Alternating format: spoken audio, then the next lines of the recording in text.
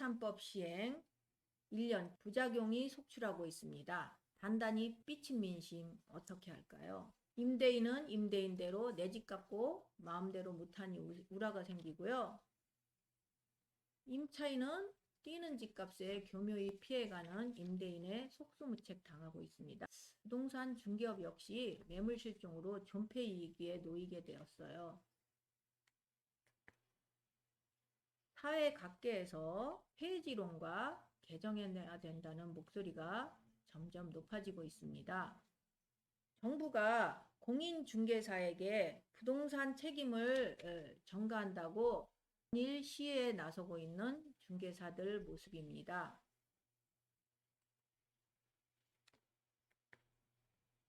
신문의 제목들을 한번 살펴보겠습니다. 이코노믹 리뷰 서민 발목 잡는 임대차 1년 폐지론 이렇게 쓰고 있고, 매일 신문에서도요.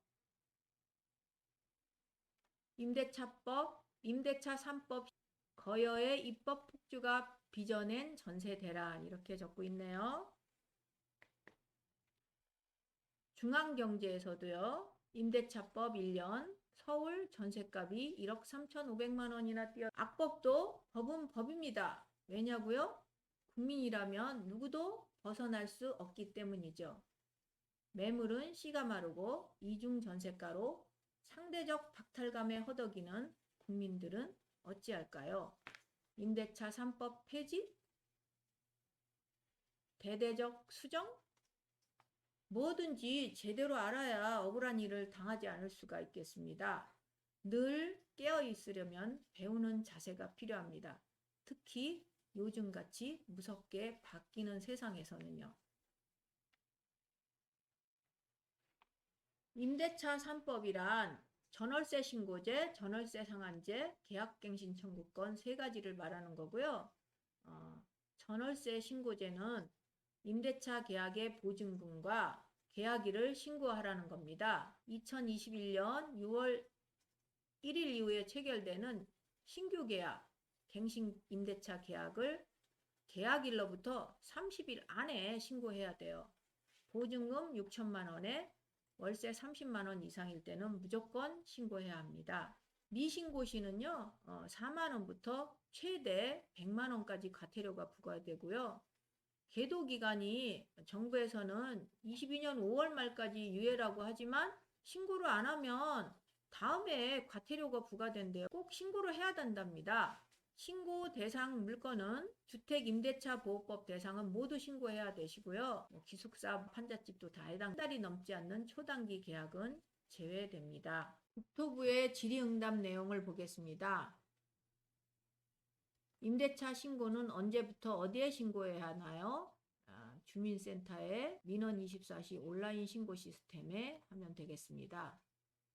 21년 6월 1일부터. 국토부 질의응답 내용을 한번 살펴보겠습니다. 임대차 신고는 언제부터 어디에 신고해야 하나요? 신고는 주민센터와 민원 24시 온라인 시스템이 되겠습니다. 6월 1일부터.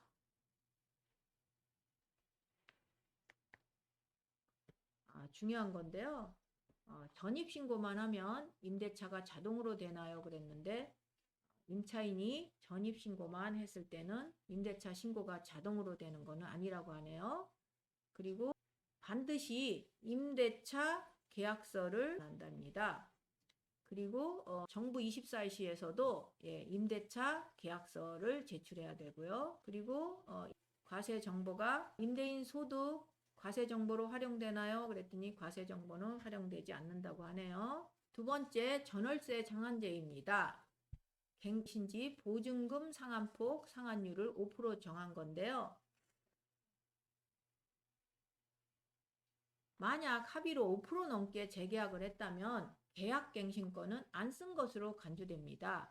그래서 갱신권이 남아있다는 거죠. 그리고 4년간 최대 5% 인상, 1년 안에 재인상을 할 수 없습니다. 전월세 상한제의 부작용으로는요. 월세 대신에 관리비를 올려받는 임대인들이 많다는 겁니다. 예로 기존 보증금 1억에 월차임 50에 살고 있었으면요. 보증금도 5% 올리고 관리비조로 30만 원을 증액 요구해서 보증금 1억 5천만 원에 월차임 50만 원, 관리비 30만 원을 요구시 법적으로 막을 방법이 딱히 없다는 거예요. 셋째, 계약갱신 청구권입니다. 임차인이 일해야 하나요? 계약갱신 요구를 할 수 있는데요. 계약갱신 청구권은 기업 계약기간이 2년이든 4년이든 10년이든 무관하게 한번 청구할 수 있고요. 임대인은 실거주를 입주로 계약갱신 청구를 거부할 수도 있습니다. 이 임대인의 실거주가 거짓이라는 사실은 바로 임차인이 입증해야 돼요. 민법 750조에 의하면 불법의 책임의 입증은 고의, 가실, 범위, 위법성들 모두 원고가 증명을 해야 되는데 이 원고가 임차인이라는 거죠. 이렇게 소송에 들어가는 비용과 시간이 상당한데 임대인의 거짓을 알아도 번거로운 소송을 하기가 쉽지 않을 것입니다. 매일경제 뉴스에서도 나왔네요. 집주인의 실거주 알고 보니 거짓이었다. 쫓겨난 세입자 소송에도 실익이 없다. 이렇게 나왔습니다. 계약갱신의 거절의 사유는 한 19가지가 있는데요. 임차인의 이기의 차임 연체, 임차인의 거짓이나 그 밖에 부정한 방법, 이거 중요한데요. 서로 합의에 의해서 임대인과 임차인이 임대인이 임차인에게 상당한 보상을 제공한 경우에도 거절을 할 수가 있네요. 그냥 다 아는 거, 동의 없이 점한 거 경우, 임차인이 고의로 파손한 경우, 이런 거고요. 여기 중요한 8호가 아까 바로 그 임대인이 실거주 목적으로 거부를 하는 건데요. 여기 직계 존속이나 직계 비속을 포함한다 이렇게 하네요. 임대차 3법은 모두에게 불만만을 안겨준 법이 된 것 같습니다. 임대인들은 재산권의 침해를 받는다며 볼멘소리를 하고요. 임차인은 뛰는 집값에 상대적 박탈감과 불안감에 시달리고요. 중개업자들도 매물 실종으로 생계 위협에 시달리고 있습니다. 참여연대의 자담회에서 쫓겨나는 임차인의 잔인한 현실에서 주임법을 개정해야 된다고 목소리를 높였는데 참여연대의 개정 요구는 신규 임대차 계약도 임대료 상한제를 도입해야 한다. 합의 갱신계약도 임대료 상한제를 적용해야 한다. 표준 임대료를 도입해야 한다. 계약 갱신 요구권 해소 최소 2회 이상 해야 된다.